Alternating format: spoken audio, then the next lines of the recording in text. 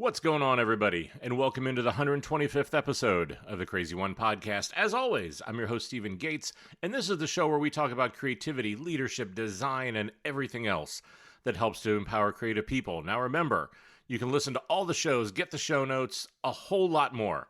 Just head over to thecrazy1.com. As always, it's the words the crazy and the number 1.com. Remember, do me a favor, hit subscribe on your favorite podcast platform so you get the latest episodes whenever those come out. And also, do me a favor, whenever you're actually there listening to the show, take just a couple seconds and leave a review for the show. It lets me know that people are listening, lets me know what they think, and it helps more people find the content. Now remember, the CRZY One is also on YouTube, where you can get videos, career coaching tutorials, masterclasses, see some of my past keynotes, and a whole bunch of stuff like that. And that can be found just over at thecrazy1.com/YouTube. So, this is going to be the final installment in this 3-episode series we've been doing, talking about the value of design.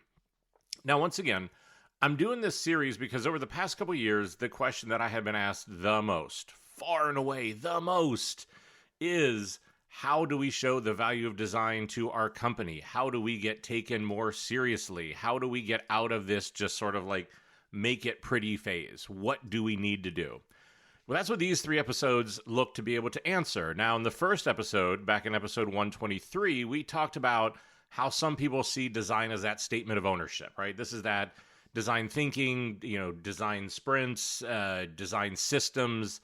We see that as sort of a way of working. They see it as a little bit more of a claim of ownership. But then we also talked about that design versus creativity, that output versus outcome, and how for a lot of us, we need to understand much more that we're in that consequence business, that outcome business, the value-driven business.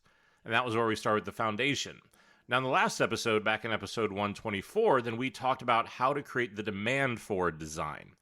Because I think that's often the problem, is if all you are doing are sort of executional type things, if you're put in an executional type role, well then it's hard to be able to show value whenever what you're doing the company sees as a commodity. They just see it as execution.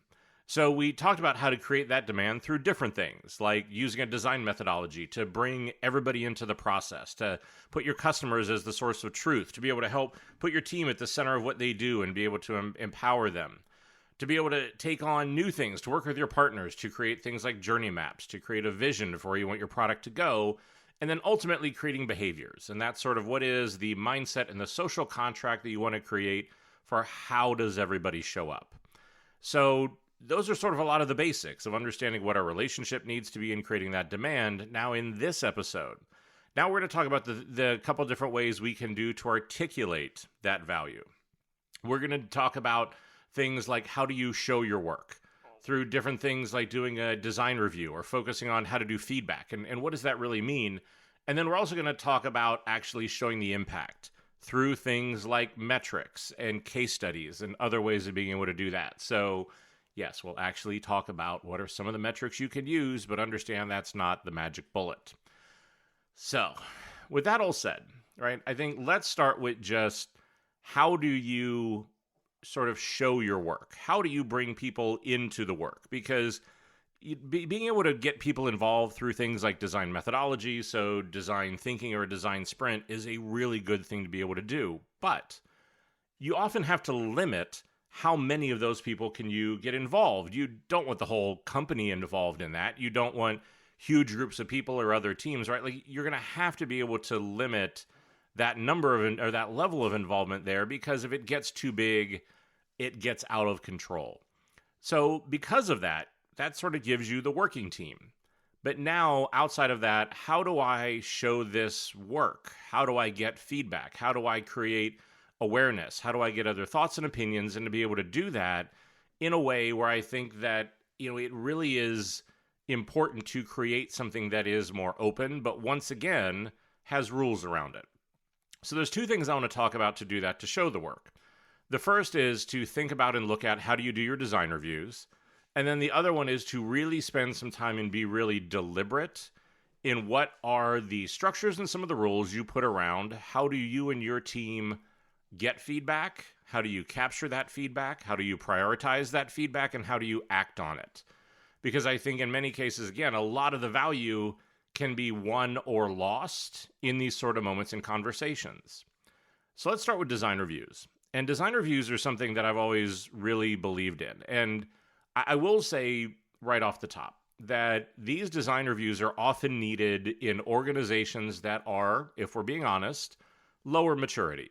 Meaning there's probably not great collaboration. There's probably not great communication. Maybe there's not a clear vision. Because in higher maturity teams, these aren't necessary. They honestly just become obsolete because the teams are actually going through, they're communicating, they're working together. You don't need these sort of moments and rituals to bring everybody together because a lot of what you're trying to solve for has been fixed. But the design reviews that I've done, because a lot of the teams I've been a part of have been in this sort of growing phase, this has been a weekly meeting where we come together to be able to look at work. Now, when teams come into this meeting, it has been defined by our process. So in the process, there are certain stages, certain milestones whenever they get the initial brief, whenever they get their initial concept, whenever they have their wireframes or they have their designs. There are set moments when they need to come to this meeting. Just because the meeting happens every week does not mean the teams need to come every week, because it would sort of be chaos. It would create too much feedback. It wouldn't let the teams focus. And so that's not the point of what that is. But what this is that it's a meeting that's really meant to change the perception of design. And again, how you focus on the output of what comes out of this process, but more than anything, focus on the outcome. Now, whenever there's this meeting, there's a few really important things that need to happen. One was that whenever this happened, I would always have leadership from design, engineering, and product there. Because what I wanted the teams to know was that this was sort of their one-stop shop, to be able to get leadership from all those teams, to be able to get everybody together, to have one place where there's one meeting, especially in our FOMO remote meeting culture where so many of us get left out. That's often what happens in some of these lower maturity teams, is that there's tons and tons and tons of meetings because people are being left out. What if they need to see something? So-and-so didn't see it. And then, feedback from the product, contradicts with feedback from engineering. And then that's another meeting to work that out. Well, this is meant to put everybody same place, same time to be able to work through that. And this meeting has rules, and some of them may not initially be popular. Like one of the rules is I'll go out and I'll work with teams in product and engineering to say that leadership has to attend this meeting. This is not an optional meeting.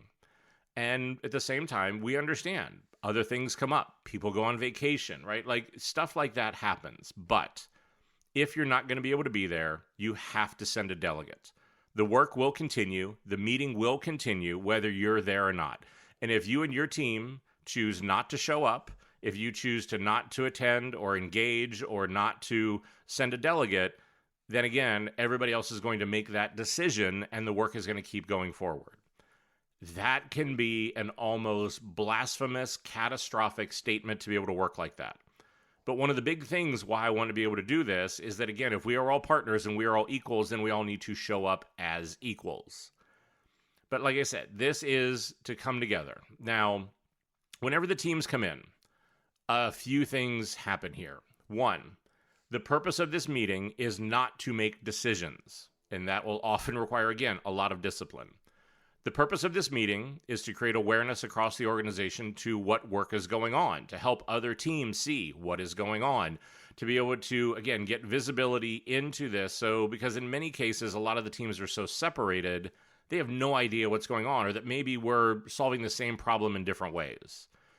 We're here to get feedback, we're here to remove barriers, and we're here to resolve any conflicts. So let's talk about each one of those.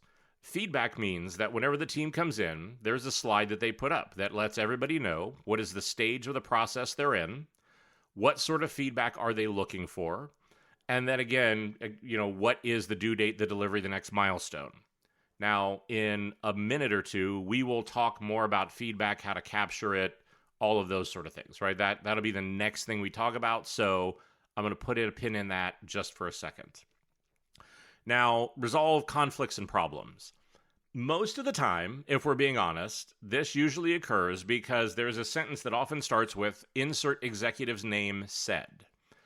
Somebody said something. Somebody, wants this sort of piece of feedback. Somebody gave a piece of feedback out of order. Somebody did something and we're confused. We don't know how to act on it. There's a blocker. There's a problem. So great. Now we have everybody in the room. That person can explain themselves. We can resolve whatever that is. We can remove the blocker so that that team can keep getting moving forward. Now, again, this could be resources. It could be timing. It could be a whole number of things. But again, it's just to be able to figure out what is the blocker and then assign somebody to remove it. And then the last thing can be if there's a conflict. So again, are they getting conflicting direction? They're not sure what to do. This is what we're there to resolve. And so whenever everybody does this, what we're doing is we're also going to use time as a focusing agent. So whenever the team comes in, you'll get usually somewhere between 15 to 20 minutes, never more than 20 minutes. Because again, if you have multiple teams, if you have a lot of work, this can turn into a 2 or 3 hour meeting fairly quickly. And again, we want to be respectful of everybody's time. And I continue to believe time is a great focusing agent. If you give people 15 minutes to present, then isn't it amazing how everything you need to get done gets done if in 15 minutes? And if you give them an hour, same conversation will take an hour. But that's the thing. You want to be able to come in. So again, you're going to say, this is the sort of feedback I'm looking for. You have a time box to be able to present in. Now, the other part of this is that this is not about creating presentation-ware and deck-ware and parades, that whenever the teams come in, you show the work. Right? You're not showing decks. You're showing the actual work. So if it's research, show the research. If it's design, show the Figma file, right? Like, yes, it doesn't mean that occasionally a deck doesn't need to get presented or created for something, but this is not about the pomp and circumstance of presenting to executives. This is not about creating more overhead and more weight for the teams to have to deal with. You come in with the work, you show the work. And like I said, then once we do that, this is to be able to get the feedback, to fix misalignments, to remove blockers. And again, I think that's the whole point of it. And then you get that feedback. And so let's take a minute then to actually look at feedback. Because I think that people definitely see the value of design, or honestly will consistently tear down the value of design in the way they give feedback, in the way they think about feedback. Because I think feedback in the way this happens often establishes the power dynamic. It often establishes the way you work with each other. It establishes a tone. And so I think in many cases, fixing this, documenting this, is really, really important. Because I think good feedback for me is inclusive, right? It brings everybody together. It causes a discussion. But I also think good feedback creates healthy boundaries. Now, the problem is that since this is something that is based on social dynamics and something that is based on people, it is often very difficult because unless you take the time to create feedback guidelines to actually document some of those guardrails, everybody in your organization probably thinks of what good feedback is differently. And again, I think this is another one of these sort of unwritten social contracts where everybody feels like, oh, I'm really good at feedback, or oh, I really help inspire the team. But if that team is getting multiple different forms of feedback in multiple different styles, maybe some of it is useful, maybe some of it isn't. Again, this is an undocumented social dynamic where we are not being deliberate, and often it becomes a pain point, a point of confusion, and things like this. So for me, this is why we need to reach out to people. We need to create a guide to document how to give feedback, and you need to standardize every part of it. I think you need to standardize how do you give feedback. You need to standardize how do you capture feedback, and then you need to standardize how do you prioritize and react to feedback, because there are definitely those three parts to it. Now, how do you give feedback? Now, I think this is often being able to teach people that what you need to be able to do is to figure out what do you want to give feedback on, try to understand what you think isn't working, understand the other person's perspective, and then often start with questions as opposed to statements about why did something happen, as opposed to I don't like why something happened. Because in a lot of feedback, usually too many people make a whole lot of assumptions. And there's a lot of these sort of things, right? So you start with the basics. But I think you also need to document what are the social agreements and what are the standards by which we're all going to agree to what feedback means. So some of the common ones that I've had on teams in my past that I think need to be documented and socialized are things like titles. So VP, SVP, CEO, whatever. Those titles do not make feedback more or less important. Meaning that we should be able to look at and be able to prioritize and go through feedback from an SVP and an intern with the same level of objectivity and not over prioritize what an SVP says. Because in many cases, this is where we get into trouble. That, again, we want to create a social contract where it is people's responsibility to share feedback in the meeting, not afterwards. Because I've been in plenty of meetings where you say, hey, is there any feedback? And nobody says anything. And then you hang up from the meeting and Slack lights up about, well, I didn't want to say this in the meeting, but here's what I really think. And here's what you should really do. And so told me this and this. And like, it is a really unproductive, it's a sign of an unhealthy culture. It's a sign of an unhealthy, interpersonal dynamic. But again, it also is then, what do I do with that? Because this feedback wasn't discussed in the open. So how the hell do I know what to do with it? So let's make a standard that that's not what we're going to do. And if you're going to say it behind closed doors, then again, know that I'm probably going to go say it in front of everybody so that my team knows what to do. That, again, the attitude and the thinking behind feedback really matters. This goes back to a lot of trust and other things we've talked about infinitely on this show. So saying things like, look, it's about getting it right, not about being right. That at the end of the day, we need to get the work right. This isn't about you or someone else just driving your opinion home and being right at all costs. Again, that alienates everybody, it breaks down trust. We don't need it. Similar things, right? There's a million ways to say the same thing, and they don't all get the same result. Think about the tone you use. Think about your body language, the look on your face. Think about how you say what you say. Because for a lot of people, they'll say, oh, well, I said this. And it's like, yes, those are the words you used, but the look on your face, your body language, your tone, the way you did that says a lot. So again, these are all things that matter.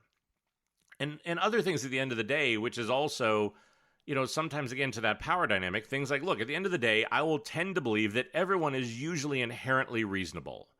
And if they suddenly seem like they're not reasonable, then the chances are they know something that you don't, and there's probably something we need to talk about.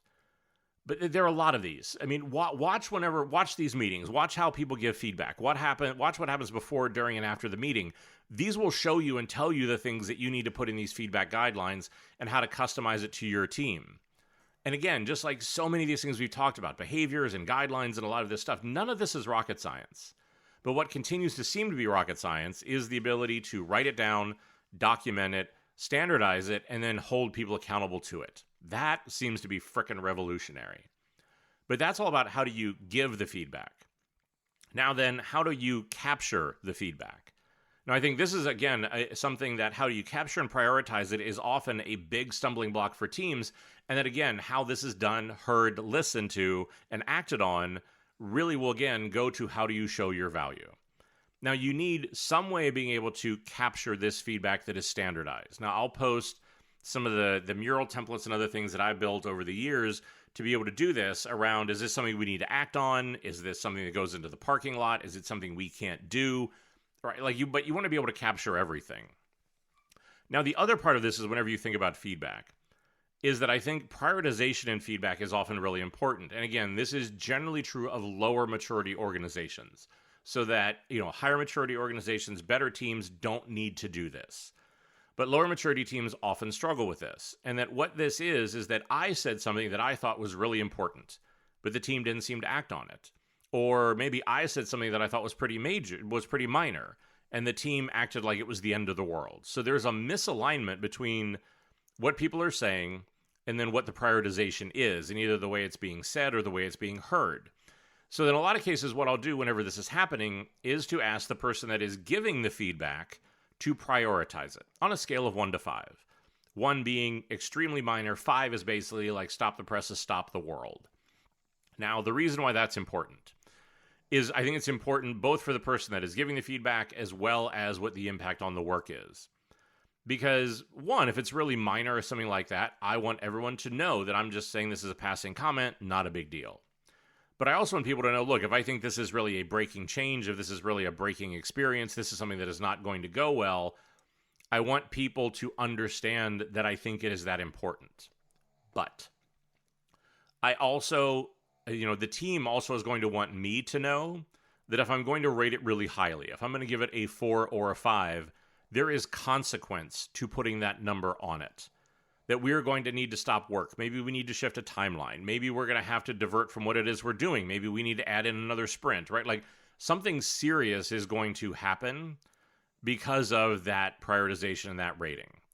Now, the reason why you do this in the simplest possible terms is to prevent people who cry wolf, where everything they say every single time is the end of the world. It's horrible. And that pretty soon you're going to see if they start to delay projects, if they start to do these sort of things, that what you're doing more than anything really is creating consequence. Because I think often whenever you look at giving feedback and doing these things, that's often what's missing. I can say whatever it is I want to say. I can throw a wrench in the works. I can be dramatic. I can do all this stuff, say these outlandish things, and the team deals with it. And my behavior is basically, there's no consequence to my behavior. It kind of is like having a puppy who keeps peeing on the carpet and you keep giving it treats and not disciplining it, right? Like an over-exaggeration, maybe a bad metaphor, but fundamentally that's sort of the way people feel, is why do people keep getting away with this bad behavior and keep being so dramatic, derailing, not engaging with the process? So I think that's the other thing that feedback does. And because, look, I do think that a big part for designers showing their value is showing up as an equal partner. And that isn't just always being the happy partner, the accommodating partner. Sometimes that means being the partner who creates consequence, who has standards, who sets themselves up for success, and doesn't just take whatever dumpster fire is thrown in your lap and makes the best of it. And so again, I think these sort of things, so these feedback mechanisms and other things like that, they can shape social behavior. They can be able to set boundaries. They can help set those healthy guardrails. But you have to be able to do that around what is the social contract, so it's a productive conversation, a prioritization, so that then again, we understand how do we act on it, and then the consequence that comes out of that. So that then now the next time the next design review starts, what happens? The team shows up, they say, last time we heard blank. We did blank to be able to act on that. Now today, we're at the next milestone and we're looking for this feedback and the cycle starts over. But now there's a connection end to end from the presentation through the feedback, through action, back into, again, presentation and feedback again. So that, again, this starts to create a healthier cycle. And this is why over time, as your team matures, rituals like design reviews and these sort of feedback guidelines should die out. Because this should just simply become a part of how you work. The crutch, the structure, the infrastructure, the scaffolding this creates can be taken down. But I think the other part of this, right? I think that's just how do you show the value of your, right? Like how do you engage in a conversation that way? I think then the other part of it is showing the impact, because this is often what this comes down to is we exist in many cases inside of a business. How do we demonstrate our value to that business? Now, in many ways, what then needs to happen is we need to speak the language of the business. Now, probably the next episode is going to deal with this intersection, because I do think this is definitely a point of friction, because I think in too many cases, the design team learns the language of business, and in not nearly enough cases does the business learn the language of design. But that's for another episode. I don't want to go down that rabbit hole here. But I think obviously one of the first ways to be able to demonstrate impact is to use metrics. Now, I think metrics are something that can be very effective in conjunction with everything else we're talking about. Because, again, metrics are, there's a pro and a con. There's definitely a double-edged sword here. Because whenever you start to do this, you can definitely measure things. Whenever you go in, you can look at views, click-through rates. You can look at conversion rates. You can look at drop-offs, top exits. Right? There's a lot of those sort of things. And now, what should be happening is that your product team, your executives, whoever it is you work with should be giving those whenever you start out.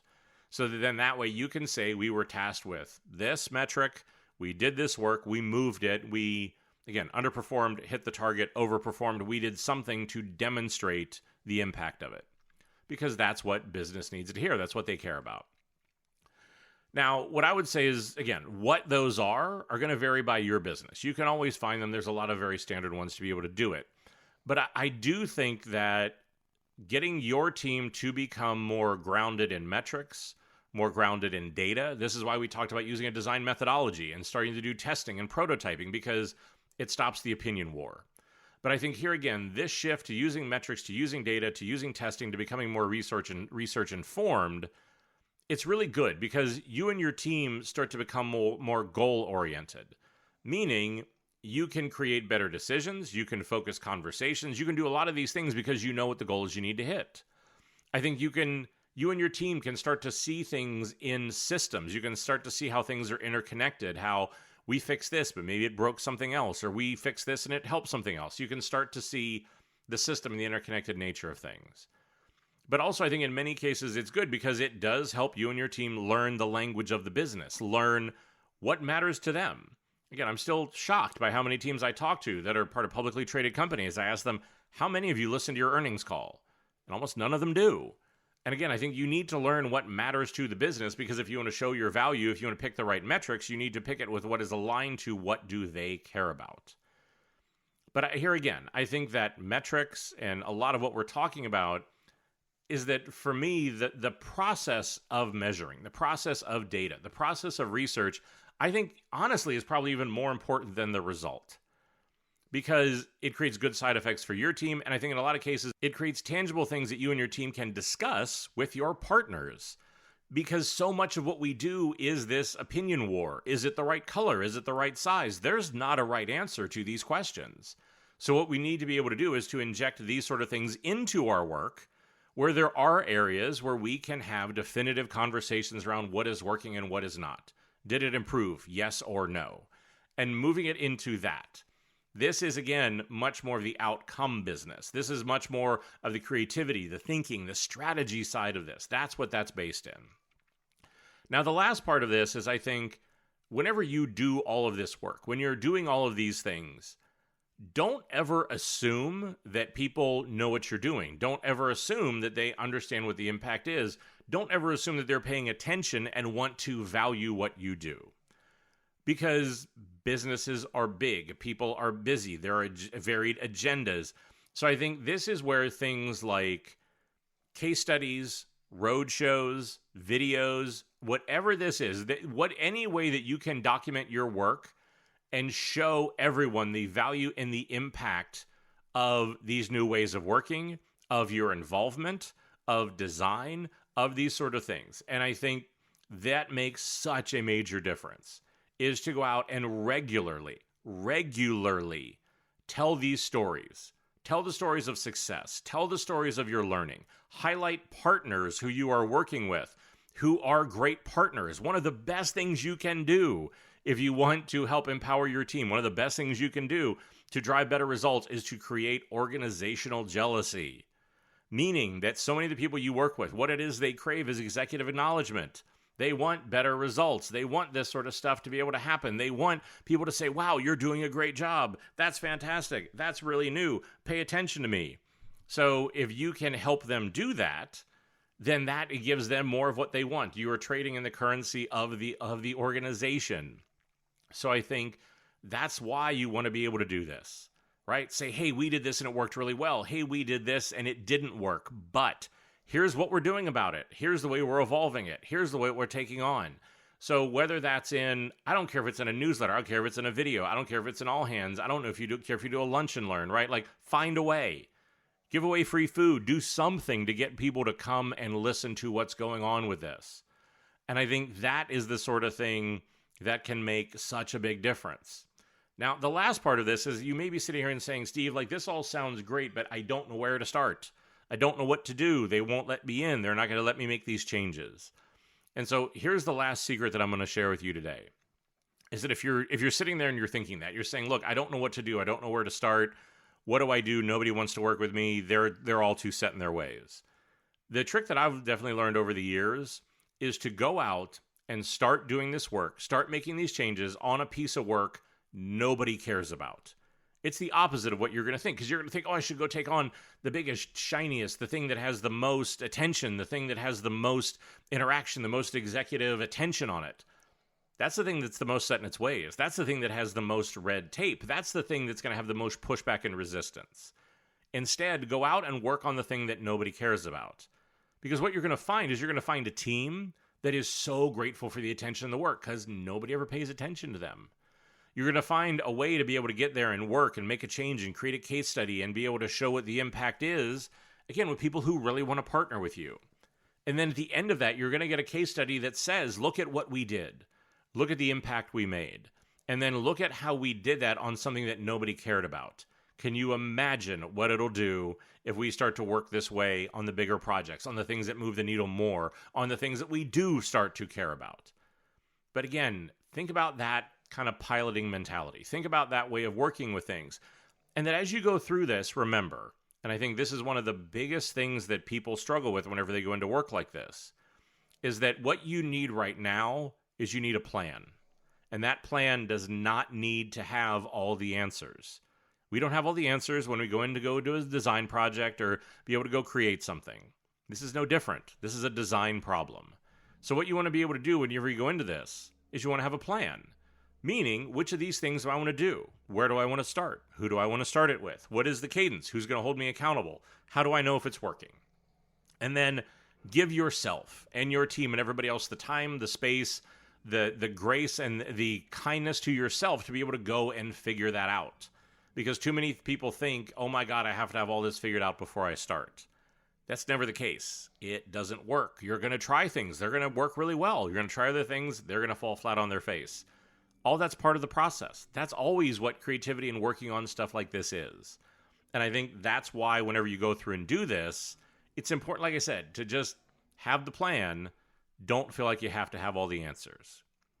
Because here's the biggest thing that I've learned as I've gone through and done work like this, is that success and change and doing things differently never really feels like it's working in the moment.